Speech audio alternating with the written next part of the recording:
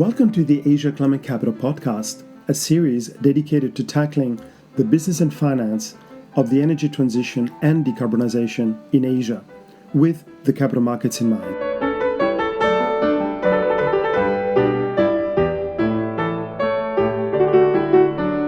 Today is episode 7 of the Asia Climate Capital Podcast, and it's recorded on the 6th of May 2022. I'm your host, Joseph Giacobelli. Today's chat is talking about bankable projects with environmental or conservation impact from incubation all the way to completion. The guest is Jean-Marc Champagne. Jean-Marc is currently the head of Bankable Nature Solutions Asia Pacific at WWF Hong Kong. More about him in the show notes. Please note that all opinions and views expressed are personal and do not represent those of current or previous employers. So I'm going to start today's episode, as usual, by first asking Jean-Marc about his background and participation in the path to net zero emissions in Asia. The second part, I'm going to quiz him on the subject of bankable projects with environmental or conservation impact. And in the third and last part, we're going to get Jean-Marc's take on the future of the financing of these projects. So welcome to the Asia Climate Capital Podcast, Jean-Marc. Thanks, Joseph. I'm glad to be here, and and thanks for inviting me. I appreciate it. Great. So could we first perhaps start with you sharing, how you became involved in Asia's decarbonization and how you would describe your involvement today? Yeah, thanks, Joseph. I mean, looking back, I think, I maybe take a few steps back to pre-WWF before I joined. It's something that, environmental concerns have been something with me for quite a long time. And of course, the climate issues have been one that's been with me probably since the days of, maybe it sounds a little bit cliche, but it's very important nonetheless. But since the days of Al Gore's Inconvenient Truth, I think that really struck home to me. And I've had that in the back of my head since. And when there was an opportunity to make a move to WWF, I did. Now, what I was doing previously, I was in investment banking for 17 years, working both in New York City and then also in Hong Kong. I really didn't know at that time how finance could work towards issues regarding the climate. And an opportunity had came up that WWF wanted to develop something. They didn't quite know what they wanted to do, but it was specifically around climate finance and, in what they thought they wanted to do then. And what that was really was, how do we get investors to essentially, investors and lenders, I guess you could say, to divest their portfolios out of fossil fuels. And that was their very rudimentary, very important, but very rudimentary view on what we could do. And as after I joined, I had the mandate to really develop it into more. But that's what we started off with. And then over time, we worked on this kind of what I would call advocacy finance, which is trying to come up with ways that we can encourage investors to be much more diligent in the way they looked at their portfolios, but give them not just a prudence reason, but also give them the investment case of why they should do this.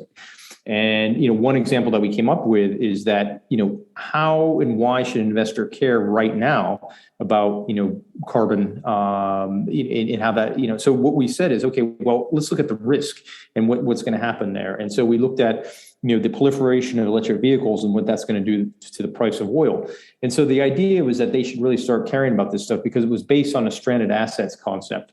And, so how are we going to make that applicable directly now to an investor? So we looked at things like the electric vehicle and what that's going to do to the prices of oil. So we really tried to speak to the investors from a financial standpoint. And a lot of that was using my previous background.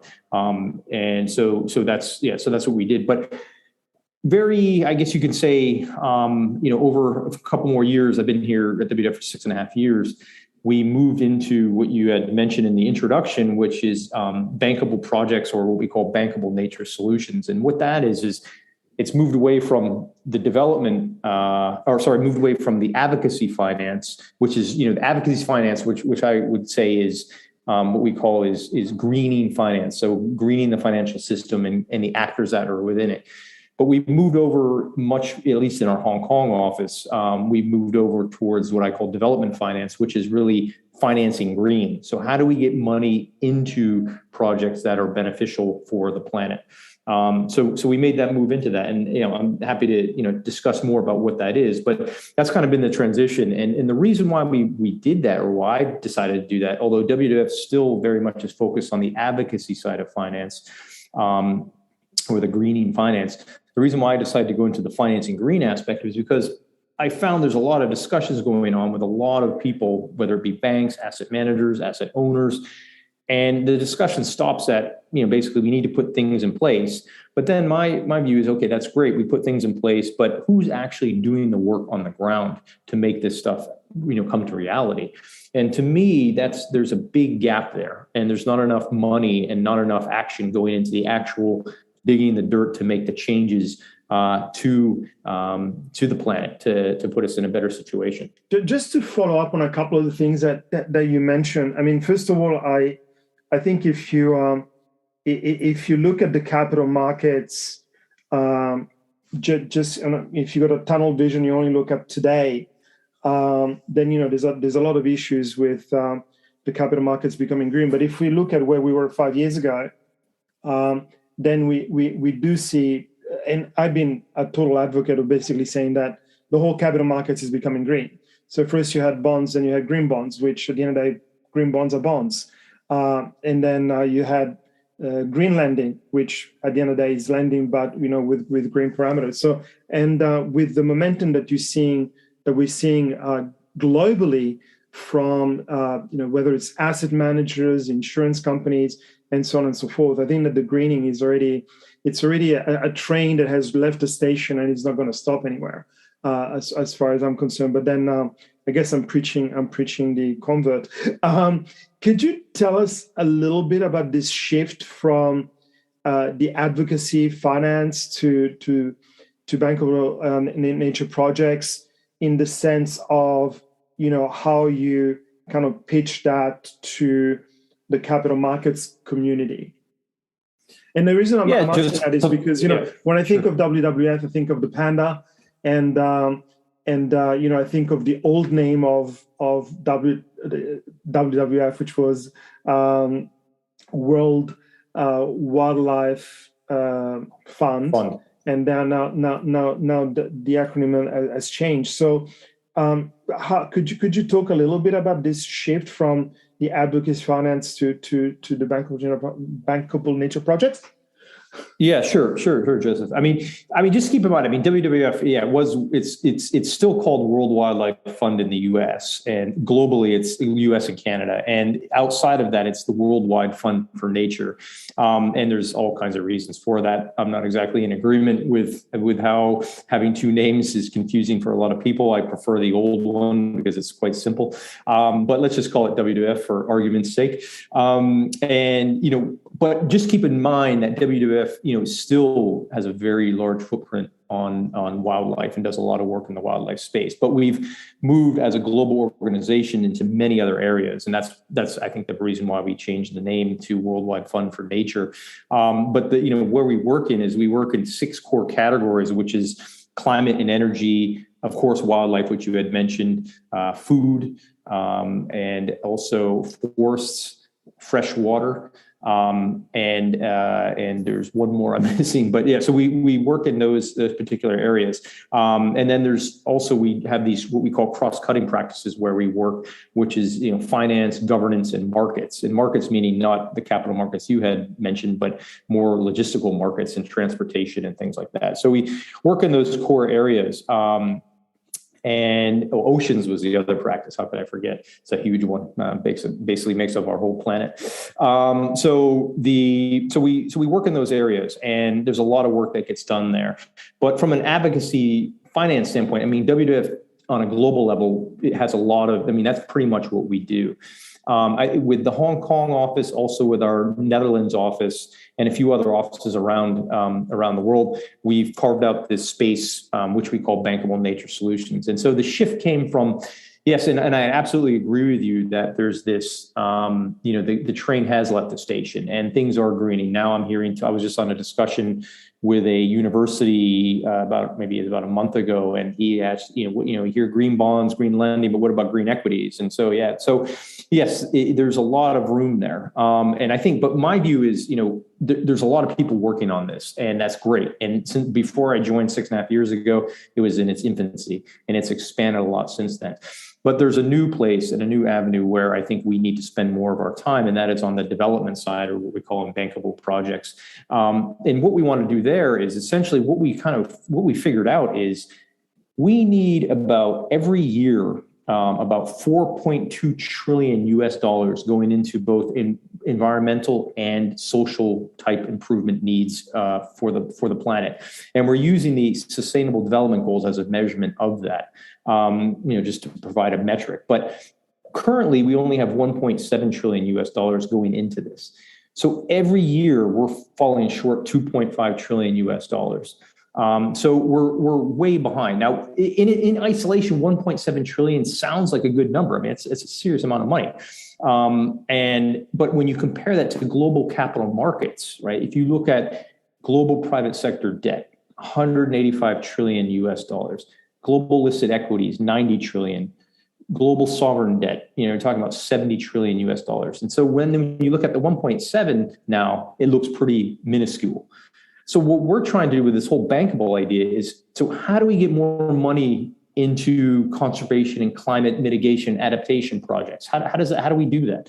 So if we can somehow make these projects while still having their impact, but make them into businesses, then we can attract this private sector capital. So we want to carve out some of this money that's going into, say, debt and equities and say, hey, look, we have another investment for you. And this is, sort of project finance like, but, this is what it is. And so we're working on projects and developing projects that not only are businesses and they actually provide, produce a product, but what they're doing and how they're working is actually contributing back into the planet or the environment or into social needs of the human population. So that's what we're doing. And I think, to me, there's not enough work going on there. Now, you hear these announcements, and they come out all the time from a lot of big industry players, and especially in the finance players, that, we're going to commit $100 million here, we're going to commit, $200 million there. The problem is that's all fine and well and good, but where are the projects? Where's that money going to go? So no one's really putting a lot of effort into building these projects. And it comes in, what we find out, though, is also that a lot of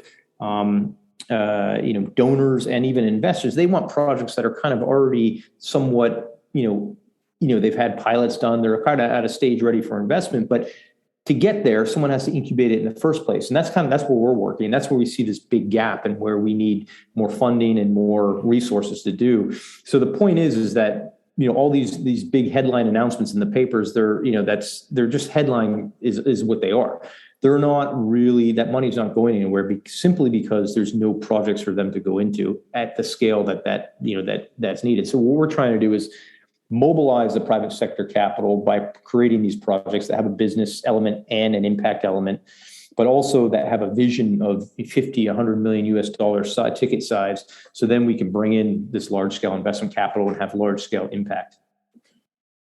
Great. I mean, that's a great segue to part two, which is, actually getting into the explaining a little bit of the nitty gritties of, what you mean by incubating, advising, developing, and structuring bankable projects with environmental and or conservation impacts. So, I think we want to get into a little bit of the nitty gritties of what that actually involves and what that actually means. And as a prelude, to the listeners, Jean-Marc and I had one thing in common is that we both feel very, very strongly that it is really the small projects that get ignored, as in, if you want to finance, for example, a 2 billion or even 20 billion offshore wind project, no problem. There's too much money available to do it, as long as the project is a viable one.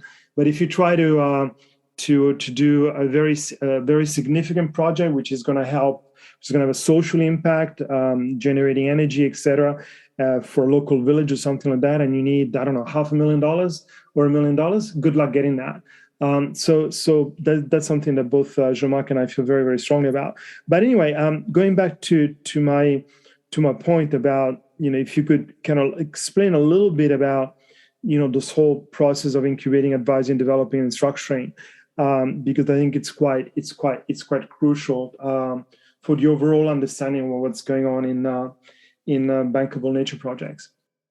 Yeah, sure, Joseph. And the first thing is we want to talk about is what we're trying to do, and we're basically in a way trying to leverage capital. So what we're doing, and where WWF is typically where we work, is in the grant stage of these projects. So we're looking at what we would say year 0 to year 2. That's typically where we work, and then at the next stage of that, we look to pass this on to impact investors, development banks, to do bigger investing, and then further pass this on to the next to replicate and scale up even further. But we're focused really on what we would say is the seed funding, the early stage risk capital, to come in and kind of do the hard yards to get these projects from, say, from either a concept or an entrepreneur coming to us with an idea, saying, okay, look, we have this idea, but A, we need more funding, B, we need it to have more impact, and also, is it financially viable for the investors that you're talking to? So there's a lot of things that we need to look, we need to work with them on that. So we work on that grant stage. But the idea behind it, just to put it very simply, in our whole model is, yes, it's to do projects, but more importantly, is to mobilize this private sector capital. So the idea behind it, and I like to say to people who don't understand finance typically, is the concept is to turn $1 of donation into 10 for nature. So that's what we're doing by this early stage grant funding. So we take 250, say $500,000 US, put it into a project that goes towards some of our funding to work on this, that goes directly towards the project, to build up, to do feasibility studies, getting technical assistance that we may need, either hiring outside specialists on a particular requirement that we may have on a project. And then essentially, hopefully, and if it's needed, getting a pilot done and show that it can work. And at the same time, showing the financial viability and then getting it ready for investment. So the way we do it, though, is, sourcing concepts with strong bankability potential is where we're really working. And so the first thing we need to do is make sure, is this a viable business, right? And is there a clear value proposition into what we're trying to do, both from the business standpoint and from the impact standpoint? And the other key important thing is that we, every project that we do, because it's very project finance-like, we need to have an experienced project owner or sponsor of this. So we're not going to be doing the project in terms of operating it and putting money into it. We are just the conveners of all these parties and bringing everything together. So we need to find an experienced project owner, and hopefully, if an entrepreneur comes to us, and that's usually the best way to do it, entrepreneur comes to us, and then we work with them, and they will be the project owner, and we will help bring everything together. But other things we need to evaluate on: is there market demand for what they're coming to us with? I've had some interesting ideas, but really, is it? It's too niche to be a proper, to make proper returns for investors. Is there a proof of concept? Not necessarily, in this particular project, but has this been done elsewhere? Because one thing that really makes this all work well is that if this, and to attract donors and investors, is that if this has succeeded somewhere else, then we can do it, again, and replicate it. So that is a huge plus in terms of doing our bankable projects. Then, of course, we have to do technical assessments, look at is there, is it a proven technology? Because we don't want to be working at any kind of lab level, technology or something that, it has been unproven, and we're not going to go there. We want stuff that has that's been done. And then the other thing is, does what we're doing, yes, if there's market demand, but also does it have the ability to secure commercial contracts? Like, can we get off-takers for what we're trying to do? Does that have the ability? Does the project owner, because they also not only have to be experienced in what they're doing, but they also have to be financially sound for both taking the investment capital and also having contracts with the off-takers. Then, we need to also, through our process, identify key risks and constraints, make sure there's a, effective regulatory and legal framework. And then, is there support from key partners?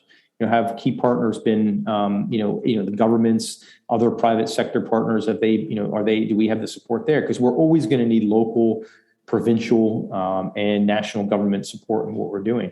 And then, of course, at the end, when we bring everything together, just to get a candidate, we have to have the high-level business plan, and an estimated budget with forecasts, and what this is going to look like and what cash flows will be. So this all has to be ready. And a lot of times we'll have entrepreneurs and things that come to us, and they think they have this all financially modeled out, but it turns out investors they want more. They want better margins. They want better returns. So we need to make sure that's there.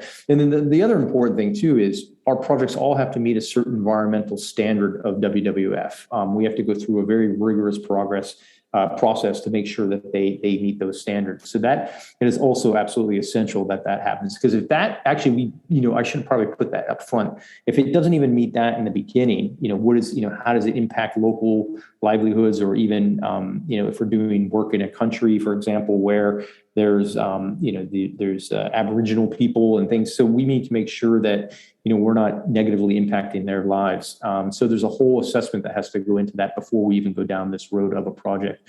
And that's really just to come up with a candidate. And then, in terms of the finance side, we also work on setting up the capital structure, right? So, as I said, we have to make sure, the project, at the very start, does it meet the environmental and social standards?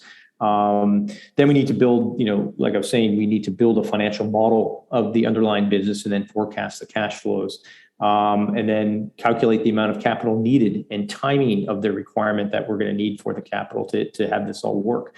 Then, we also need to analyze the ability of the business to take on and pay back debt. So we need to know, we need to really understand the free cash flow. And then, there's other things that we need to look at with our projects. We have to build in, grants, guarantees, possibly to make sure to bring down any kind of, investment requirement. So there's a lot of different things that we have to go into. Then we have to actually stress test our projects and make sure this all works out. So there's quite a bit that goes into it. And then what will happen, it also depends on what investors we're working with and what their requirements would be. And typically what we want to do with them is we want to get them involved, not financially involved at the early stage, but we want to get them involved in our project as early as possible. So then when they are ready to commit, we have kind of tailored the project to their investment needs. Because the last thing we want to do is work on a project kind of blindly, and then 2 years down the road, then we run around looking for investors and see if they can link up. And meanwhile, maybe our project meets none of their needs, both from an investment and environmental impact standpoint. So we want to make sure we build that in very early. So that's just kind of, I'm just kind of highlighting very high level what we get into, but that's the main, I guess you could say, the main points that we look at for building these projects. So maybe one thing which is worth clarifying up front is that when you talk about, the first step is to ensure that there is a positive social and environmental impact for the project. That's not because it's WWF. It's because that's what you do today for all projects. Whether you're doing a solar plant in Zimbabwe somewhere, or you're doing an offshore wind farm in Taiwan. The first and foremost, the first step is really to look at that, and the environmental permits from the various government authorities in these places is like it's really just like the first step. Otherwise, you can't get the financing and everything else. So I just wanted to highlight that. I've got a bunch of questions about everything that you mentioned, but the first one is, can we talk a little bit about returns? And obviously, there's commercially confidential stuff, but just as a general idea, are you looking at significant returns, or you just want to break even? Well, what's the whole kind of return philosophy when you look at these projects? Yeah, I mean, it really depends on the projects, and so it depends on the investors as well and what they're looking for. So, yeah, we try to target a certain level of IRR and return on our projects, but again, it really depends on every single project. But we want it to be attractive in its own right. We don't necessarily want it to be attractive because it's a environmental project. With that said, the interestingly enough, I've had 3 different conversations recently, actually over the past year, and then 2 very recently, where the investors were not so concerned about the ROI. And what they wanted to pay for, what they were interested in putting money up for, was the impact or the outcomes from the project. And more that's becoming I think a strong interest for investors because they've signed up for a lot of these commitments, and and it's not just investors, it's also corporates, and they're getting pressure from their investors to do to look at these things, and they're making these net zero commitments and SDG targets. And so how can they get there, and how can they meet those commitments so that when they produce their ESG report or whatever, when they talk to their investors, how are they going to say that? So what's becoming much more of a hot topic is the actual outcomes from our project. So but that thankfully has opened up a lot of doors, because what that now says is that our project, yes, they can in their outright be attractive to investors, but at the same time, they can be even more attractive or enhanced because there's these strong outcomes that investors or other funders are willing to pay for. And also the other thing it opens up is, let's say something is not as bankable or the return is not as attractive as we would like. Well, these impacts can help make up for that difference. And then lastly, if there's a lot of work out there that will never be bankable, such as like mangrove restoration. I mean, yeah, you can tie carbon credits to that, but we're not quite there yet. I hear a lot of talk about carbon credits, and it's a lot harder and difficult than people like to admit. And there's a lot of theory and a lot of theoretical suggestions, but when it comes down to reality, to really verifying these things under standard measurements, and it's not so simple. So with something like mangroves, if there's a strong outcome and output from the project that we would do, you can actually get people to finance them, but investors and funders to finance them because of those strong outcomes and what that will, what they can say they contributed. So we're looking at things like outcome-based financing, which would be, essentially there's some money put up front, whether that comes from a donor or whoever, and then they're basically you get a corporate that wants to pay for those outcomes, but they didn't initially, or a government that initially want to take the risk. So now they come in and they will pay the upfront funder back. And so that's another way we can actually increase the amount of money going into our project. So there's a lot of potential with this outcome idea and using that as a way to attract investment. So in a nutshell, you're almost doing the job of a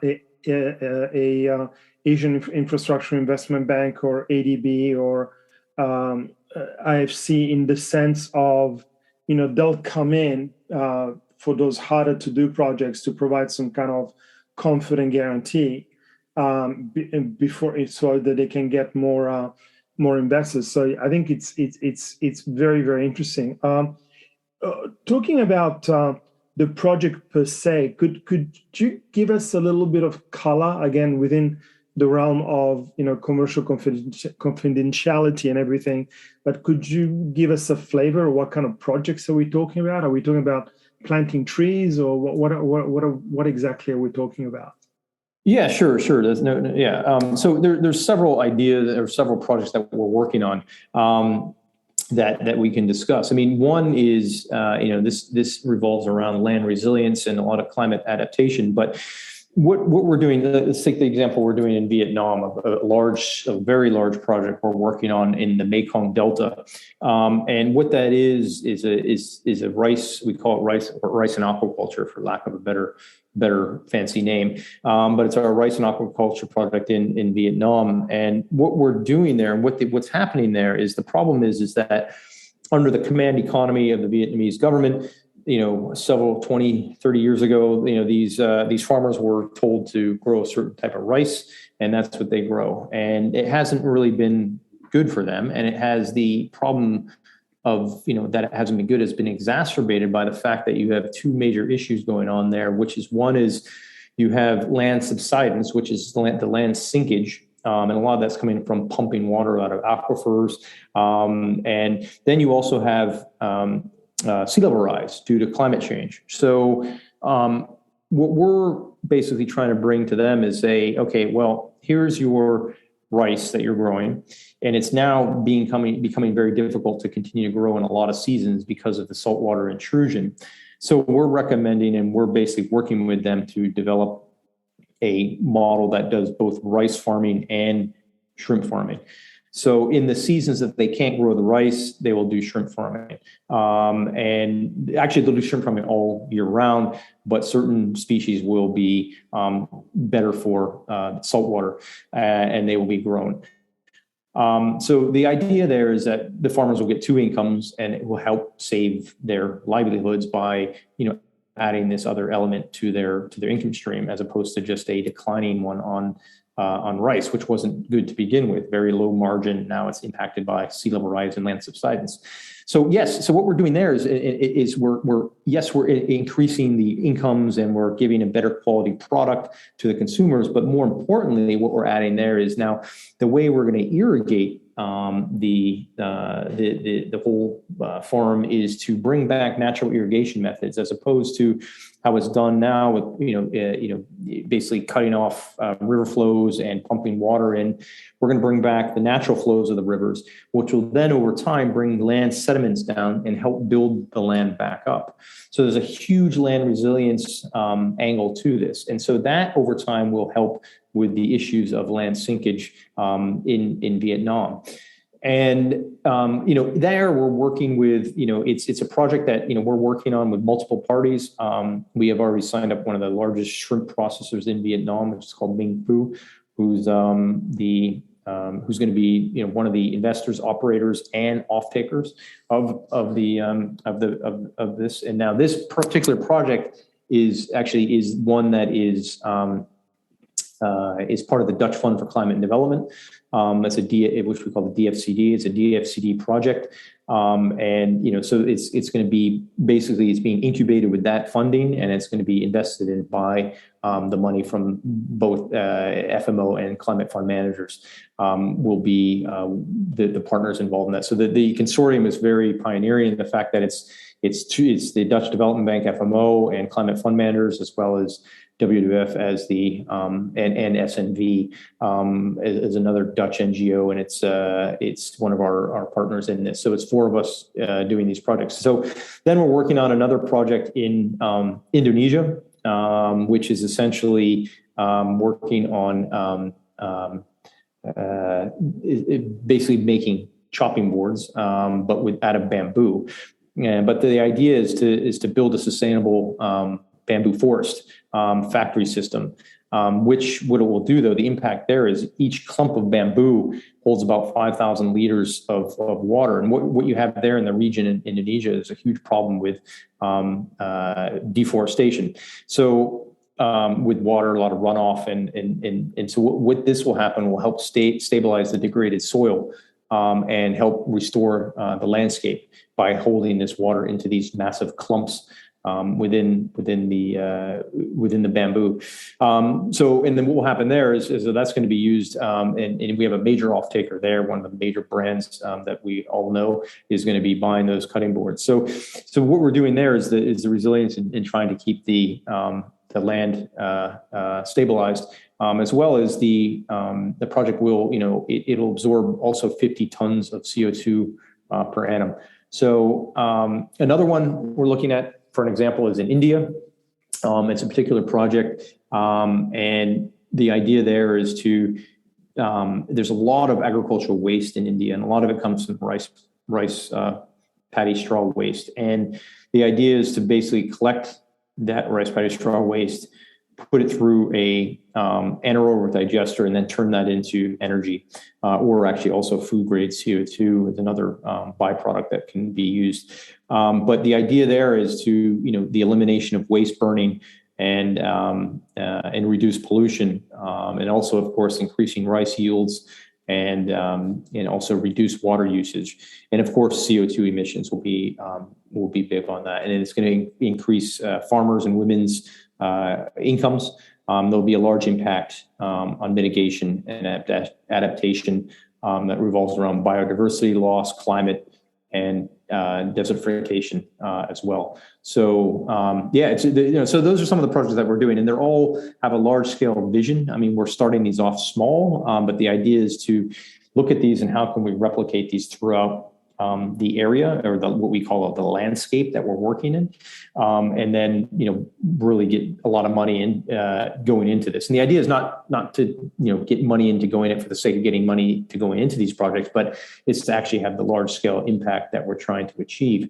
So that's our approach. And a lot of the ways also, by the way, we do this, and I haven't mentioned this yet, is that we are using what we call a landscape or seascape approach. So we're looking at a particular area, and a landscape or seascape is typically it's not as big as like a region, or so it's big enough to manage, but or small enough to manage, but it's also big enough to have the impacts that we need. So we look for ecological pressure points within a particular area.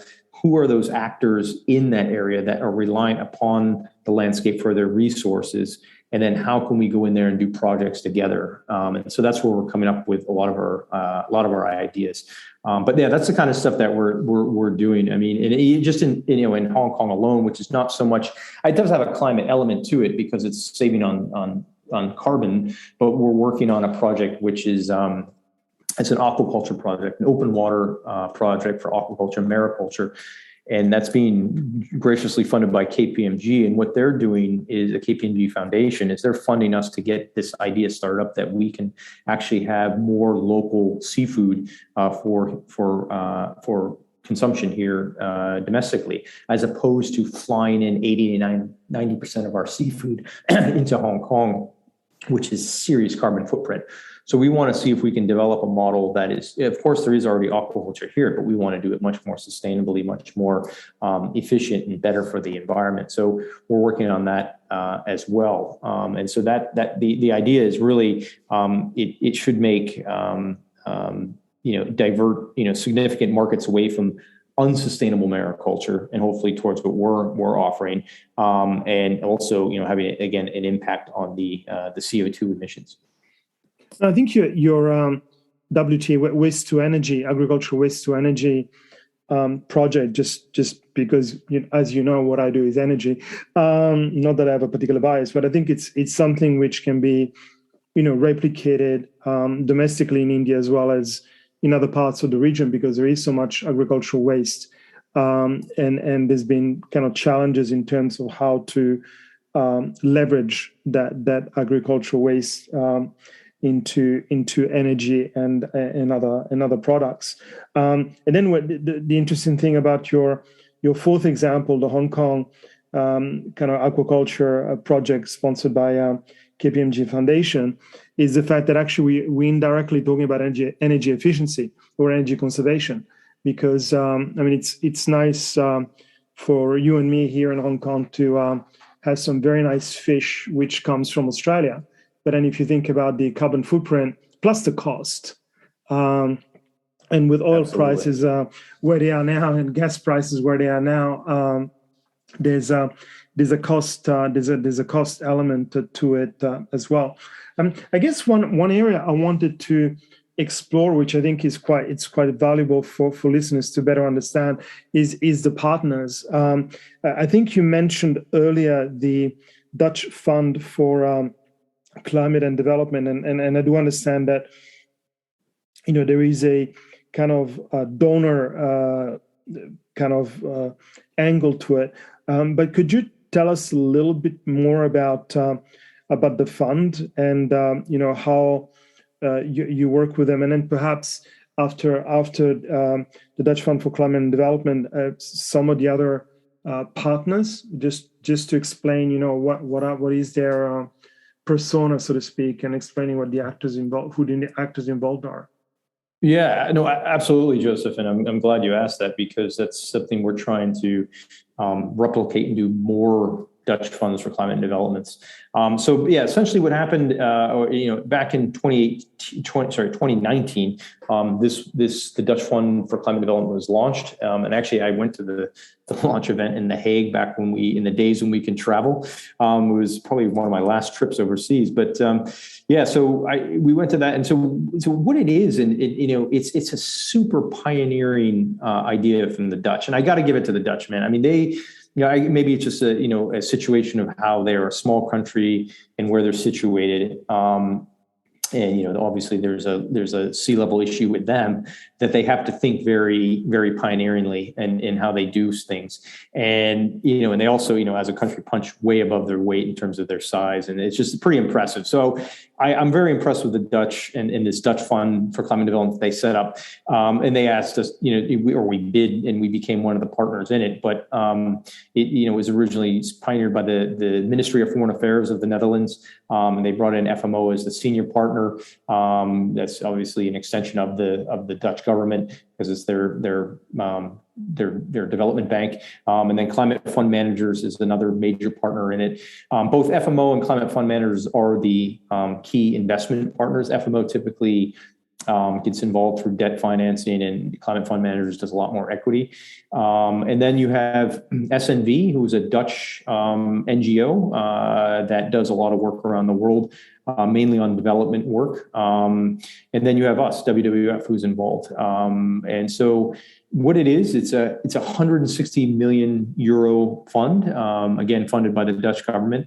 But the idea is, like back when I said earlier, is to turn $1 of donation into 10 for nature. The idea of this is to mobilize over 1 billion or more of private finance by investing into these projects. So it's a very pioneering partnership that they set up, and it's really impressive. And so what it is, though, is there's 3 facilities that are set up. So there's the origination facility, which is managed by both WWF and SNV. So we're the ones who go around trying to identify and find projects and get them, or basically originate ideas and then get them ready for not only investment, but transaction ready, essentially. And so we spend a lot of our time working at that level. And the reason why the Dutch Fund is so pioneering is because this is the space that most people don't want to fund. They say, okay, well, give us even donors, give us a project when it's a little bit more established. But the Dutch said, okay, yeah, we know that's the missing link. And so we're going to pay, and invest in WWF and SNV to go find these projects, because they know we have the contacts all over the world. We have offices in almost, it's so many countries. So we can go develop these projects and build pipeline to feed into to the whole consortium.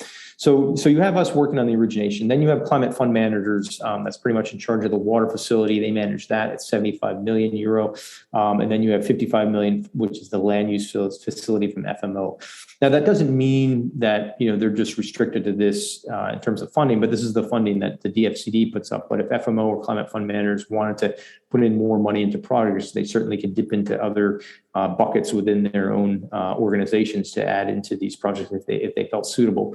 But typically the way it works is, there's both, we put in the grant funding, which could be anywhere from 250 to 500,000, sometimes a bit higher, depending on the scale of the project. But usually it's around that size. And then, FMO, Climate Fund Managers will come in around about 5 million US or 5 million euro in funding per project. Now it's very important to note that it's not just the DFCD and its partners putting in capital. Also, the private sector, the operator, the partner, the sponsor of the project has to put in grant funding as well. They have to match what we're putting in. And also on the investment side, they need to match that as well. So if we put in 250 grant, they need to put in 250 grant. We put in 5 million on the investment side, then they have to put in 5 million. So we get total of 10 into that project to scale up. And then the idea is to get that to a point where it's actually really running, and then to scale it even further with, further investment down the road. But yeah, and what we're doing in that particular structure is, we're what we call stage 0 is discovering projects. Stage 1 is structuring the projects. And then stage 2 is developing the projects to a point where they're then ready to hand over to stage 3, which would be handing it over to FMO and climate fund managers. Now, that's our role as these bankable people. Now, WWF will probably stay in the project longer, as our traditional roots are, which is conservation. But as the bankable people, we get involved in the first couple of years, and then we hand it over. So in what we're doing, we're also trying to replicate that model within, at least I'm trying to replicate that within Asia by building out a DFCD-like type financing consortium or facility. Got it. That again is a great segue for part 3, which is just asking you about the outlook of these kind of projects. And I guess we could kind of put it into 2 buckets. One is the projects and the other one is the partners, because obviously it's great to have the project, but if you have the project, you don't have the money, don't go anywhere. And if you have the money, but you don't have the project, again, you don't go anywhere. So, first, maybe talking a little bit about, you mentioned earlier that, the waste to energy project in India, that was a third example, could be, hopefully replicated in other places in India and other places around Asia or the world. Could you tell me a little bit more about kind of how you see that developing? What's easy about it and what's not so easy about it? And I guess the not so easy about it, not so easy issues are probably it's a longer list than the easy stuff. And then I'll ask a couple of questions about partners in a minute. But if you can talk a little bit more about, and I'm not talking about obviously this year or next year, but how do you see things developing in the next 10, 20, 30 years as Asia kind of goes towards this net zero emissions targets by 2050? Yeah, sure, Joseph. I mean, I'll first say, with any project that we're doing, all this stuff is really difficult stuff. I mean, it's hard yards, and it's bringing a lot of people together, and it's not easy stuff. Because if it was easy, everyone would be doing it already. And we're doing something I think that is very pioneering, but at the same time, it's difficult. Let's put it that way. So there is no easy project. There is no let me reach into the bucket and grab out a project and find an investor and then match this up. I mean, it's they come to us, they look pretty good, but then you dig in and you find out, we got to do a lot of work here. Or someone has a concept which is good, but it needs a lot of work. So the other part is also getting our own staff internally at WWF, or conservation staff, to understand what we're trying to do. So we have our own internal issues where we got to get, we have some of them who really grasp this and some of them who don't, but we really got to get more of our teams up to speed on this so they can also help drive and find projects and also increase the impact we have in money going into conservation. So we need them to be really understanding this stuff, because we can't do it alone. So that's another big task. But yeah, there's so many things, and I don't want to go in. There's a massive list of problems that not only that we know about, but then there's other new things that can arise. I think anyone who's done project finance would understand this. It's a lot, and I think it gets a little bit even hairier because we're dealing with things that are not naturally always businesses, and so it's not like building a dam or those things are proven track record over decades. So it's difficult, but to go on to in terms of the one in India, the replicating potential is huge for that particular idea and concept, because first of all, it's in just where they're touching, where they're looking to touch is just in one particular province. So we think we can actually build this out on all the areas where there's heavy amounts of this agricultural waste. And so I guess you can say, if you're a business owner, maybe it's a little bit not the best project in some ways, because as a business owner, you can argue that it's a low entry barrier to get into this, but at the same time, maybe it's not so low, because you have to have relationships with the farmers to go be able to collect all this. And it's not as simple as it sounds. It sounds easy. Yeah, farmers, you pay them for waste and they'll give it to you.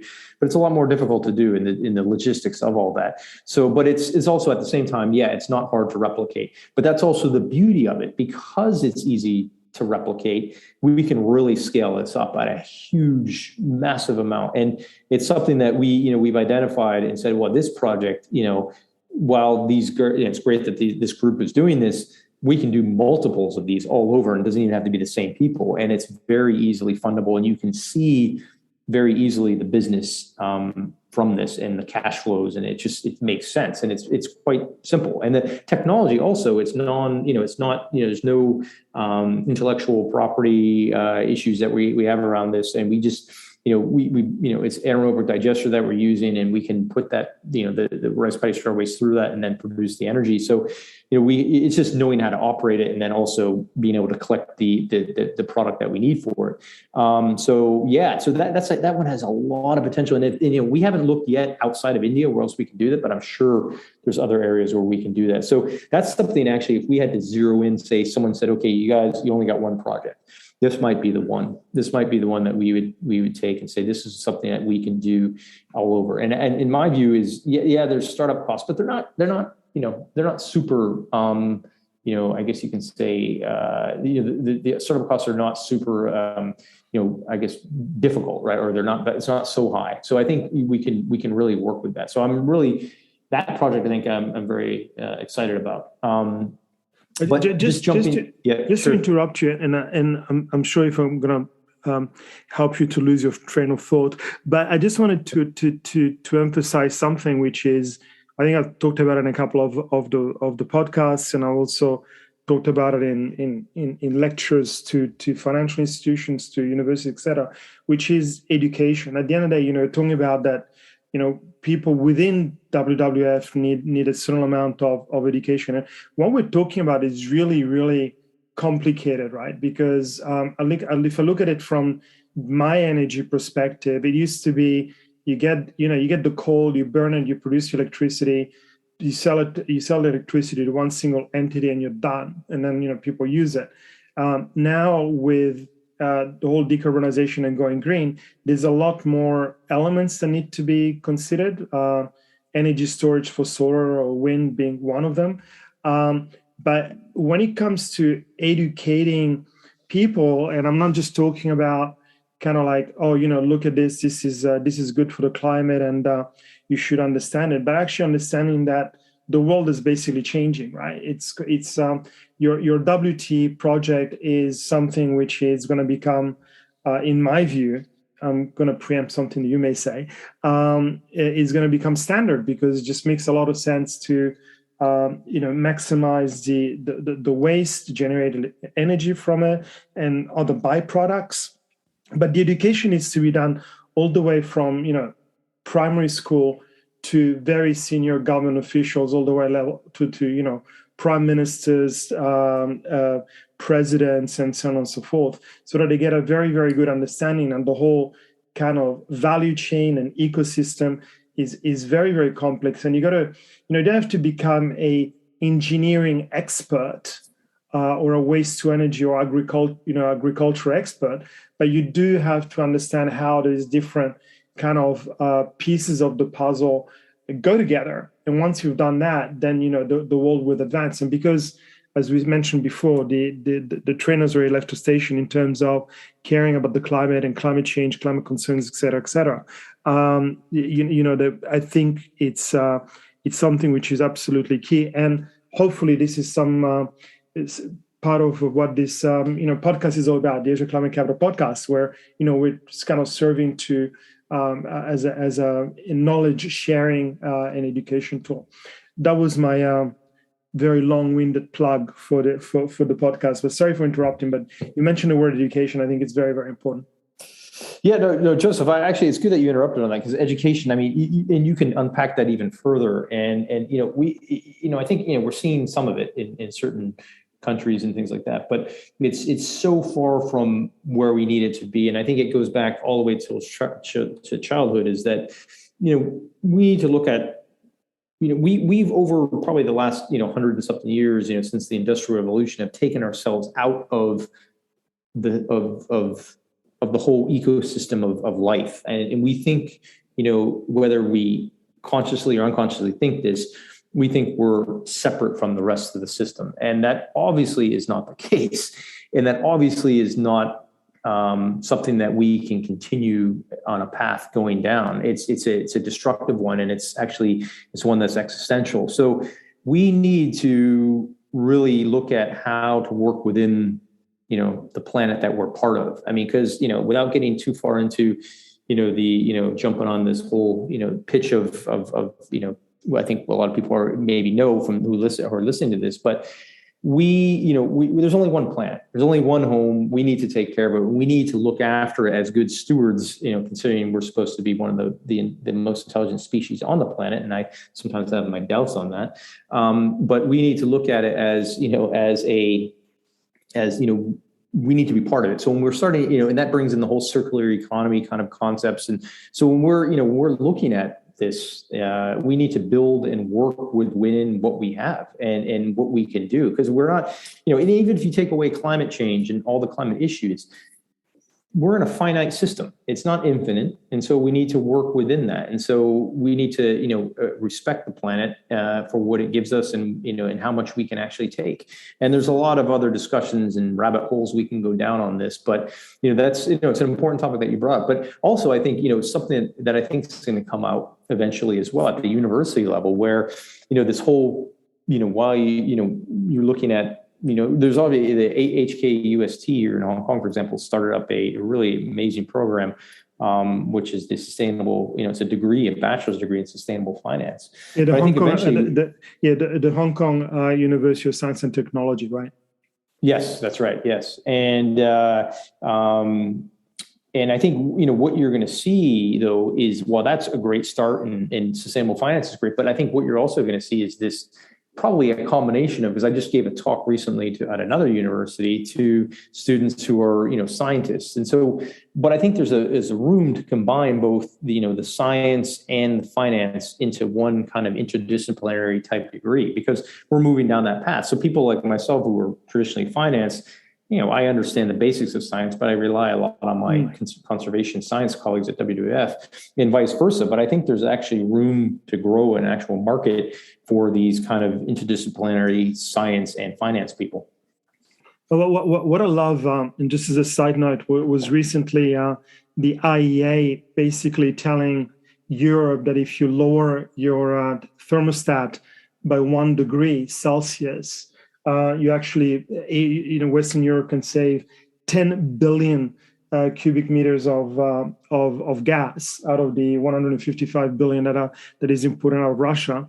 And I mean, I remember, I don't know, since forever, and again, I'm not a science guy, I'm a finance guy, that, if you kind of make the temperature of your air con slightly higher, you go from 25 to 26, or your thermostat during cold temperatures a little bit lower, say from 15 to 14, then it makes a huge difference in terms of the energy that you use. And that's the education I'm talking about, is that it's all out there. But anyway, that was a bit of a segue. But the last kind of area I wanted to explore with you, how do you see the financing guys, i.e. the partners, the potential partners here in Asia developing? Because I'm sure you agree that we're a little bit, we're not as progressive out here in Asia, although there's a couple of countries, a couple of jurisdictions, a little bit of an exception, where we're not as progressive as some of the countries in Western Europe, such as Holland, Netherlands. How do you see the partners, potential partners here, kind of evolving? I mean, if you're talking about just pure Asia partners, because a lot of the people that we're talking to are like Western firms based here in Asia. But yeah, if you're talking about the pure Asia partners, there's still a long way to go.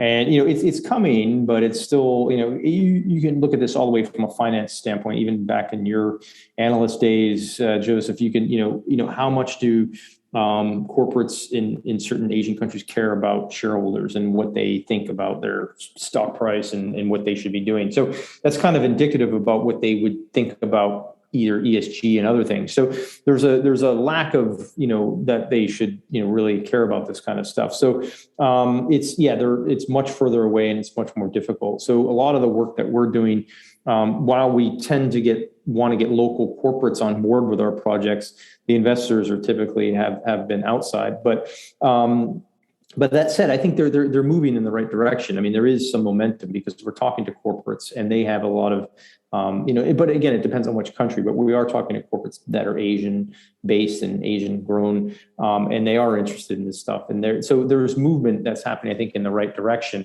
because I think, the whole world's doing that. And then there's also, you have to look at it a couple of ways. I mean, there's the, I guess you can say the people who truly care, but there's also the opportunistic ones.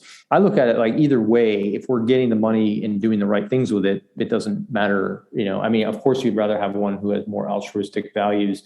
But if there's an opportunistic one in there and it's giving you the same funding or same resources that you need, that's fine as well. So yeah, I think it's moving.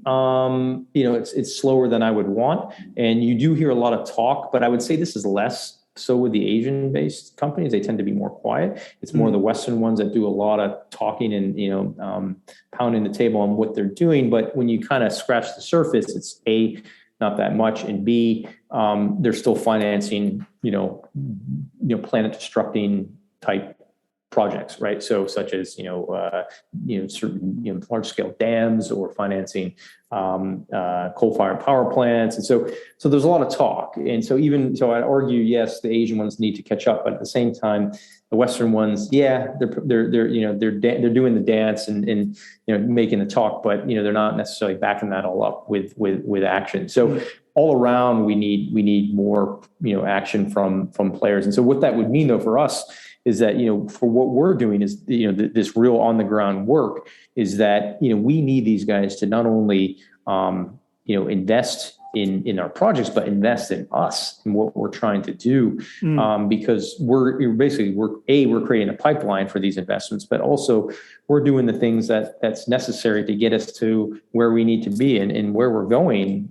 As we know, is it's looking pretty dire if you look 30 to 40 years out. Yes, it's quite depressing. Jean-Marc, thank you very, very, very much for your time and your insights today. Do you have any famous last words? Any kind of quick conclusions to everything that you said? I don't. I should come up with something that's kind of catchy, but no, I haven't. But I would just say, look, I mean, what we're doing, I think, is, some other organizations working on what we're doing, but what I think we're doing is pioneering, and we need more effort and resources into what we're doing. So I would, whoever's listening, yes, we need, we have certain financing, we have certain projects, but we need more, and we got to get more done to achieve, even come close to achieving or saving ourselves from ourselves. So that's what what we need to do. But yeah, no, Joseph, I appreciate you having me on. It was great, really, really good discussion. And thank you again for inviting me. No, and once again, thank you very much for your time, because I know how busy you are. So really appreciate it. And yeah, so thanks a lot, and really appreciate your time. Thank you.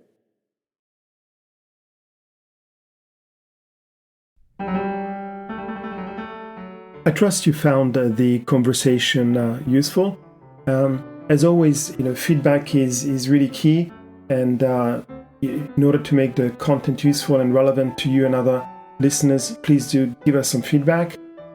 Also, please like the podcast in whatever podcast app you use, and send us your comments, your thoughts, your ideas for topics anytime at the Asia Climate Capital Podcast at gmail.com. That's the Asia Climate Capital Podcast at gmail.com.